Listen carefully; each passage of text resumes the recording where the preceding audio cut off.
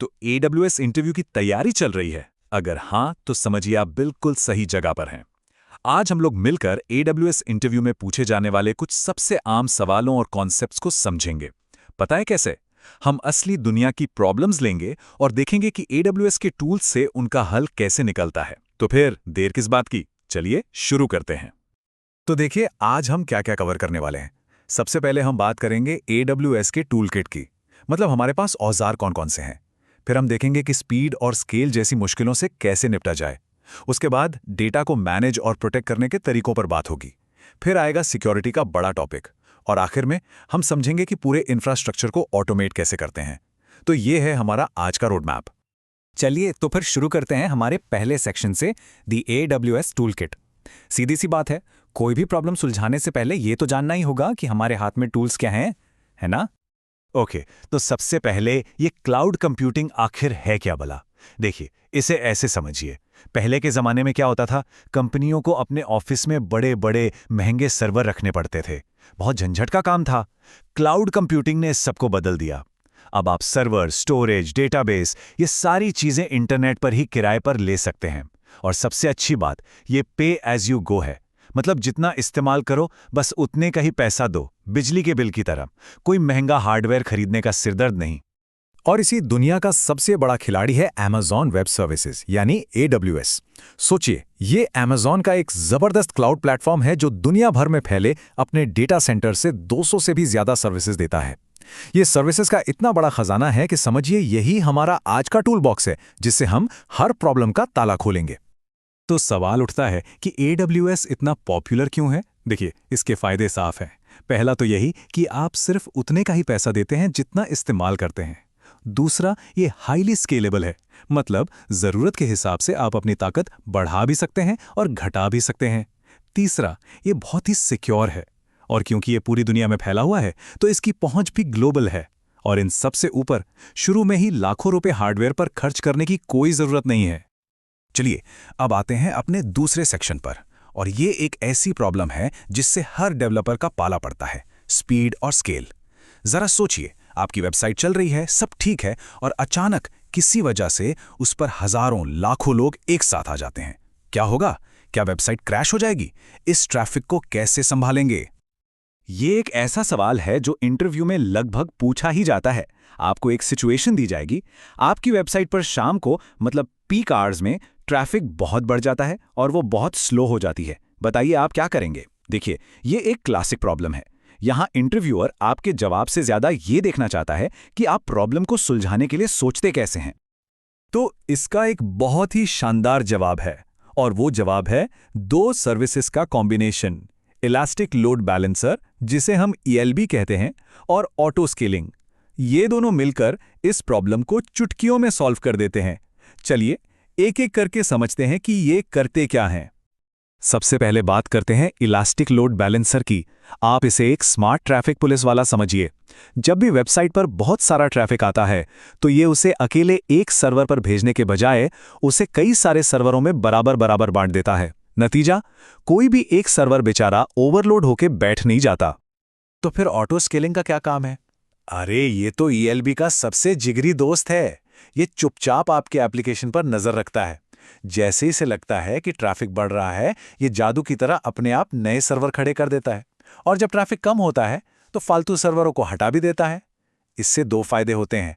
एक तो आपकी वेबसाइट हमेशा तेज चलती है, और दूसरा, आपके पैसे भी बचते हैं क्योंकि आप फालतू सर्वरों के लिए पेमेंट नहीं करते। ठीक है, तो स्पीड और स्केल की प्रॉब्लम तो हमने सॉल्व कर ली। अब बात करते हैं किसी भी एप्लीकेशन के दिल की, यानी डेटा की। सोचिए, डेटा को भरोसे के साथ स्टोर कैसे करें, उसे सुरक्षित कैसे रखें, और अगर कुछ गड़बड़ हो जाए तो उसे वापस कैसे लाएं? ये बहुत बड़े सवाल हैं। ये रहा इंटरव्यू का एक और मजेदार सवाल। आपको 1 टेराबाइट, जी हाँ 1 TB की इमेजेस और वीडियोस स्टोर करनी है, और शर्त यह है कि ये डेटा कभी खोना नहीं चाहिए, मतलब ड्यूरेबिलिटी एकदम टॉप क्लास होनी चाहिए। बताइए कौन सी सर्विस इस्तेमाल करेंगे? यहाँ पर बात सिर्फ स्टोरेज की नहीं है, बल्कि भरोसे की भी है। इस काम के लिए AWS की दुनिया में एक ही नाम सबसे पहले आता है, Amazon S3, यानी सिंपल स्टोरेज सर्विस। S3 एक तरह का जादुई गोदाम है जहां आप कितना भी और किसी भी तरह का डेटा रख सकते हैं। फोटो, वीडियो, डॉक्यूमेंट्स, बैकअप, कुछ भी, और डेटा को बकेट्स नाम के कंटेनर्स में रखा जाता है। समझिए कि ये इंटरनेट पर आपके पर्सनल फोल्डर्स हैं। लेकिन S3 की असली खासियत है इसकी ड्यूरेबिलिटी। ये जो नंबर आप स्क्रीन पर देख रहे हैं, 99.99999999%, इसे 11 नाइन्स कहते हैं। पता है इसका मतलब क्या है? इसका मतलब यह है कि अगर आप S3 में 1 करोड़ फाइलें भी रख दें, तो भी शायद 10,000 साल में आपकी सिर्फ एक फाइल खोने का चांस है। मतलब डेटा लगभग कभी ना खोने की गारंटी। ये है S3 का पावर। अच्छा, S3 बहुत भरोसेमंद है, ये तो मान लिया, पर हम तो इंसान हैं, हमसे तो गलतियां होती हैं। सोचिए, अगर किसी ने गलती से एक बहुत ज़रूरी फाइल S3 से डिलीट कर दी तो अब क्या होगा? उसे वापस कैसे लाएंगे? ये एक ऐसा सवाल है जो असल जिंदगी में भी सामने आ सकता है। इसका जवाब है पहले से की गई एक छोटी सी तैयारी।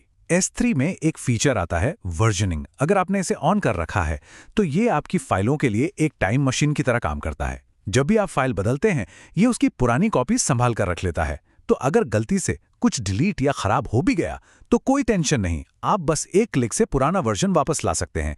ये एक छोटा सा स्विच है जो आपको बहुत बड़े सिरदर्द से बचा सकता है। ओके, तो अब तक हमने स्पीड और डेटा की बात कर ली है, लेकिन अब हम आते हैं उस टॉपिक पर जो शायद इन सबसे ज़्यादा ज़रूरी है, और वो है सिक्योरिटी। सोचिए, एक तेज़ एप्लीकेशन और ढेर सारा डेटा, इसका क्या फ़ायदा अगर वो सुरक्षित ही नहीं है?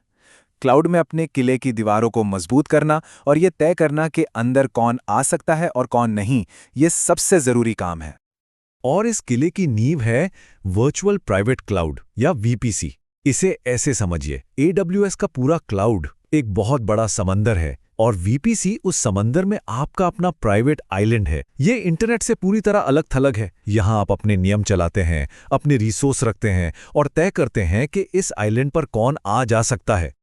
अब जब हम AWS की दुनिया की बात कर ही रहे हैं तो दो शब्दों को समझना बहुत जरूरी है, रीजन और अवेलेबिलिटी जोन, जिसे शॉर्ट में AZ कहते हैं। देखिए, रीजन मतलब एक बड़ा शहर या देश, जैसे मुंबई एक रीजन है। अब हर रीजन के अंदर एक दूसरे से कुछ दूरी पर कई सारे डेटा सेंटर्स होते हैं। इन्हीं अलग अलग डेटा सेंटर्स को अवेलेबिलिटी जोन्स कहते हैं। ऐसा इसलिए किया जाता है कि अगर एक डेटा सेंटर में कोई प्रॉब्लम आ भी जाए तो दूसरे चलते रहें और आपका काम ना रुके। सिक्योरिटी से जुड़ा एक और बहुत ही प्रैक्टिकल सवाल। मान लीजिए आपको एक नए डेवलपर को सिर्फ एक खास S3 बकेट का एक्सेस देना है और कुछ भी नहीं। ये कैसे करेंगे? ये सवाल प्रिंसिपल ऑफ लीस्ट प्रिविलेज पर बेस्ड है। मतलब किसी को भी सिर्फ उतनी ही चाबियां दो जितने दरवाजे खोलने की उसे जरूरत है, एक भी ज्यादा नहीं। इस काम के लिए जो सर्विस इस्तेमाल होती है उसका नाम है IAM, यानी identity and access management. IAM आपके AWS अकाउंट का गेटकीपर है। ये तय करता है कि कौन, क्या और कब कर सकता है। इसके 3 मेन हिस्से हैं, चलिए जल्दी से समझते हैं। एक होता है यूजर, ये किसी एक इंसान या एप्लीकेशन का अकाउंट है। फिर आता है ग्रुप, जैसा कि नाम से ही पता चल रहा है, ये कई सारे यूजर्स का एक ग्रुप है ताकि सबको एक साथ परमिशन दी जा सके। और तीसरा और सबसे दिलचस्प है रोल। ये एक तरह की जादुई टोपी है। कोई भी यूजर या सर्विस इसे कुछ देर के लिए पहन सकता है और उसे वो सारी शक्तियां मिल जाती हैं जो इस रोल से जुड़ी हैं। काम खत्म, टोपी उतरी, शक्तियां वापस। तो लीजिए, हम पहुंच गए हैं अपने आखिरी पड़ाव पर, और ये टॉपिक है ऑटोमेशन का। मतलब कामों को अपने आप कैसे करवाया जाए। आजकल एक बहुत ही पॉपुलर कॉन्सेप्ट है इंफ्रास्ट्रक्चर एज कोड। इसका मतलब है कि अब आप अपना पूरा का पूरा सर्वर, नेटवर्क, डेटाबेस, सब कुछ कोड की मदद से बना सकते हैं और मैनेज कर सकते हैं। एक सिचुएशन सोचे, आप चाहते हैं कि जब भी कोई S3 बकेट में एक फोटो अपलोड करे तो आपका एक कोड अपने आप चल पड़े जो उस फोटो का साइज छोटा कर दे। लेकिन आप इस छोटे से काम के लिए एक पूरा सर्वर 24 घंटे चलाकर नहीं रखना चाहते, तो ये कैसे होगा? बिना सर्वर के कोड कैसे चलेगा? यहीं पर आता है सर्वरलेस का जादू, और इसका हीरो है AWS लैम्बडा। ये बहुत सिंपल तरीके से काम करता है। जैसे ही S3 में फाइल अपलोड हुई, वो एक ट्रिगर दबा देती है। ये ट्रिगर आपके लैम्बडा फंक्शन को जगा देता है, जिसमें आपका कोड लिखा होता है। कोड अपना काम करता है और फिर वापस सो जाता है। आपको किसी सर्वर के टेंशन लेने की जरूरत ही नहीं, इसीलिए तो इसे सर्वरलेस कहते हैं। और सबसे कमाल की बात, आप सिर्फ उन्हीं मिलीसेकंड्स के पैसे देते हैं जितनी देर आपका कोड चला, बस। ऑटोमेशन का एक और बादशाह है AWS क्लाउडफॉर्मेशन। ये इंफ्रास्ट्रक्चर एज कोड को असलियत में बदलता है।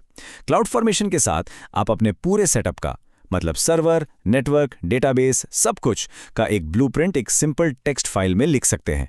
और फिर बस उस ब्लूप्रिंट को चला दीजिए और AWS आपके लिए पूरा का पूरा महल हूबहू वैसा ही खड़ा कर देगा। और आप ये काम हजारों बार कर सकते हैं, हर बार बिल्कुल एक जैसा रिजल्ट मिलेगा, बिना किसी गलती के। तो ये थी हमारी AWS इंटरव्यू की टूल किट। चलिए एक बार जल्दी से दोहरा लेते हैं। जब भी ट्रैफिक बढ़े तो ELB और ऑटो स्केलिंग को याद करना है। जब डेटा को सुरक्षित रखना हो तो S3 है ना, अपने किले को मजबूत करने के लिए VPC और IAM है।